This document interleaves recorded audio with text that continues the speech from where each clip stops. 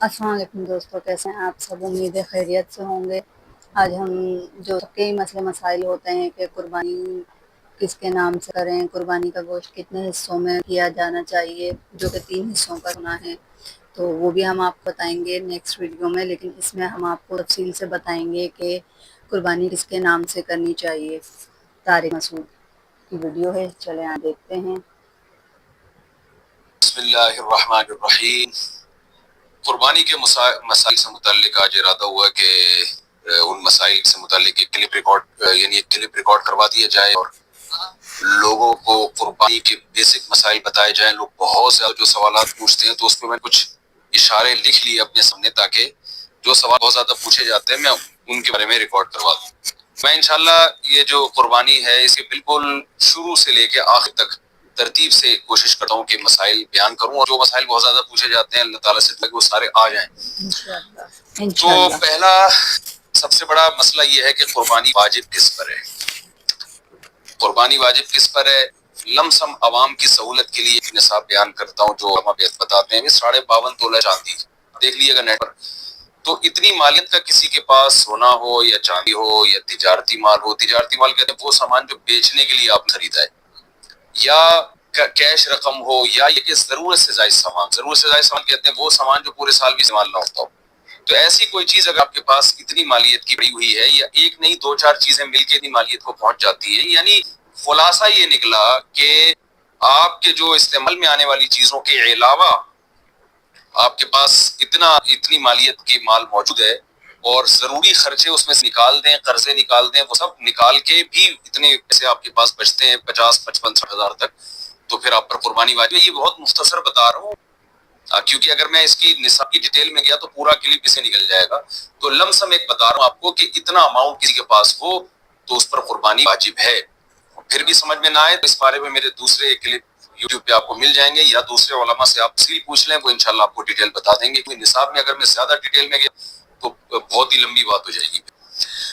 تو اس پر قربانی واجب ہے۔ بڑا مسئلہ یہاں پر ایک یہ اٹھایا جاتا ہے کہ کیا گھر کا سربراہ اگر قربانی کر لے تو سب کی طرف سے کافی ہو جائے گی، یا جو بھی صاحب نصاب ہے جس میں بھی استطاعت ہے اس پر الگ سے قربانی واجب ہے؟ اس میں فقہاء کا اختلاف ہے۔ بعض علماء کی رائے یہ ہے کہ ایک آدمی اگر گھر کی طرف سے قربانی کر لے تو سارے اہل خانہ کی طرف سے کافی ہو جاتی ہے، اور اس کے بارے میں بعض تابعین سے آثار منقول ہیں، مصنف ابن ابی شیبہ کی روایات ہیں۔ لیکن ہماری رائے یہ ہے، اور برصغیر کے علماء کی رائے یہ ہے، اور امام ابو حنیفہ رحمہ اللہ تعالیٰ کی بھی رائے یہ ہے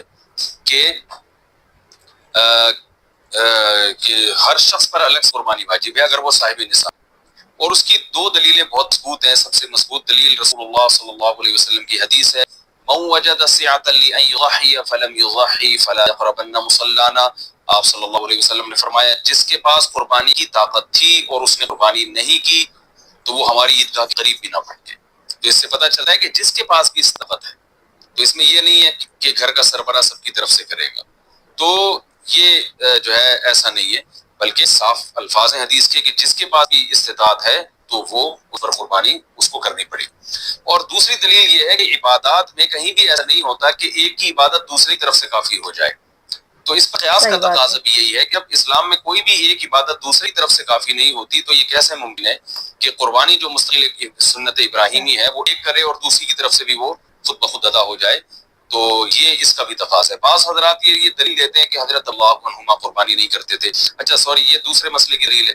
تو پہلا تو یہ ہو گیا کہ قربانی ہر صاحب استطاعت پر لازم ہے۔ بیگم کے پاس اگر زیور ہے اور اتنی مالیت کا ہے تو اس پر بھی قربانی واجب ہے۔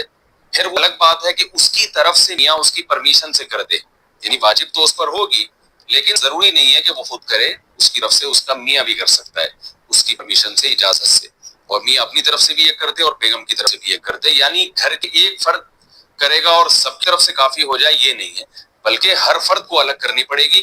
وہ الگ بات ہے کہ اپنے پیسے سے کرنا ضروری نہیں ہے، وہ فرد کرے یا کسی سے کروا دے، کسی سے قربانی کروائے گا تو اس کو پیسے دے، یا جو قربانی اس کی طرف سے کر رہا ہے وہ خود اپنے پیسے استعمال کر لے تو بھی ٹھیک ہے۔ یعنی یہ بھی ٹھیک ہے کہ ابا، آپ کے جو ابا ہیں، آپ کے جو والد صاحب ہیں وہ قربانی کر رہے ہیں اور سب بالغ بچوں کی طرف سے کر رہے ہیں، پیسے کسی سے نہیں لے رہے تو بھی ٹھیک ہے، کوئی حرج نہیں ہے، یا شوہر بیوی کی طرف سے کر رہا ہے اور پیسے نہیں لے رہا اس سے تو بہت اچھی بات ہے، ایسا نیک شوہر اللہ میاں سب کو دلائے۔ تو یا بیگم صاحبہ کر رہی ہیں اپنے خرچے پہ اور میاں کی طرف سے بھی کر رہی ہیں، میاں سے پیسے نہیں لے رہی، تو سبحان اللہ، بہت اچھا لگا آپ کو سن کے، تو ہمیں بھی بہت اچھا لگا۔ تو یعنی پیسوں کا ہر ایک کا ڈالنا ضروری نہیں۔ اچھا یہ بھی ایک مسئلہ ہوتا ہے کہ بڑا بھائی کر رہا ہے اس کی طرف سے اور سب سے آدھے آدھے پیسے لے رہا ہے قربانی کے، وہ یا تھوڑے تھوڑے پیسے لے رہا ہے، باقی پیسے اپنی جیب سے ڈال رہا ہے تو بھی ٹھیک ہے۔ یعنی جس کی طرف سے قربانی ہو رہی ہے اس کے لیے خود سے پیسے یعنی خرچ کرنا ضروری نہیں ہے، اس کی طرف سے اگر کوئی اور خرچ کر دیتا ہے تو بھی ٹھیک ہے، چاہے پورے پیسے خرچ کرے یا آدھے پیسے خرچ کرے۔ قرضہ لے کے بھی قربانی کی جا سکتی ہے، آپ کے پاس اگر پیسے نہیں ہیں تو قرضہ لے کے کر سکتے ہیں، اگر آپ کو یقین ہے کہ میں یہ قرضہ بعد میں لوٹا سکتا ہوں۔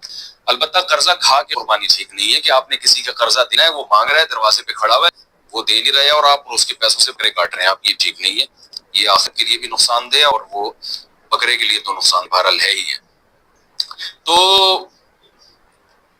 ایک مسئلہ تو یہ ہو گیا۔ دوسرا مسئلہ یہ ہے کہ قربانی یا واجب ہے یا سنت ہے، تو اس بارے میں بھی دونوں رائے ملتی ہیں علماء کی۔ جو علماء کہتے ہیں سنت ہے وہ بھی عام سنت نہیں مانتے بلکہ سنت مؤکدہ۔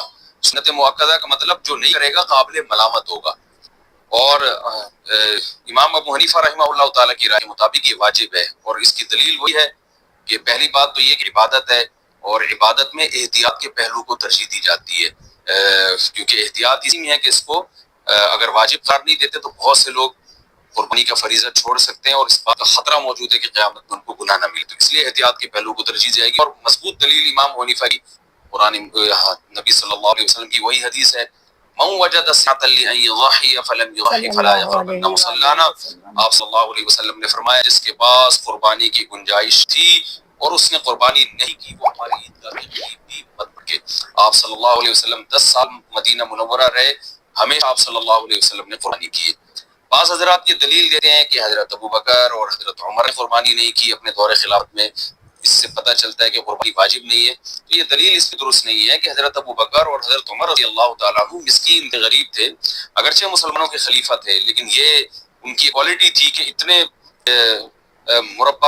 لاکھوں مربع میل کے مالک ہونے کے باوجود وہ بے وجہ کپڑے پہنتے تھے، وہ صاحب استطاعت پہ قربانی واجب ہے۔ یہ دو حضرات بڑے تھے مگر قربانی نہیں کی انہوں نے، جیسے کہ روایت میں آتا ہے اس کی وجہ استطاعت نہ ہوا، تو استطاعت اگر نہیں ہے تو پھر قربانی لازم نہیں ہے، بلکہ اگر آپ قرضہ لے کے قربانی کرو گے اور خطا ہے کہ میں قرضہ ادا نہیں کر سکتا تو پھر تو جائز ہی نہیں ہے آپ کے لیے، کیونکہ دوسروں کا حق دبا کے آپ کے لیے عبادت کو کی بجاوری یہ ٹھیک نہیں ہے۔ اس کی فضیلت کیا ہے قربانی کی؟ رسول اللہ صلی اللہ علیہ وسلم نے ارشاد فرمایا بقرعید کے دنوں میں یا ایام نہر میں اللہ کو جانور کا خون بہانے سے زیادہ کوئی عمل محبوب نہیں ہے، اور ہر بال کے بدلے میں اللہ نیکی عطا فرماتے ہیں۔ یہ قربانی کی بہت بڑی فضیلت ہے، اور اس کی فضیلت آپ علماء سے بیانات میں سنتے ہیں۔ میں بھی چونکہ بہت مختصر جلدی بات کر رہا ہوں تاکہ میں پورے موضوع کو جلدی سے سمیٹ۔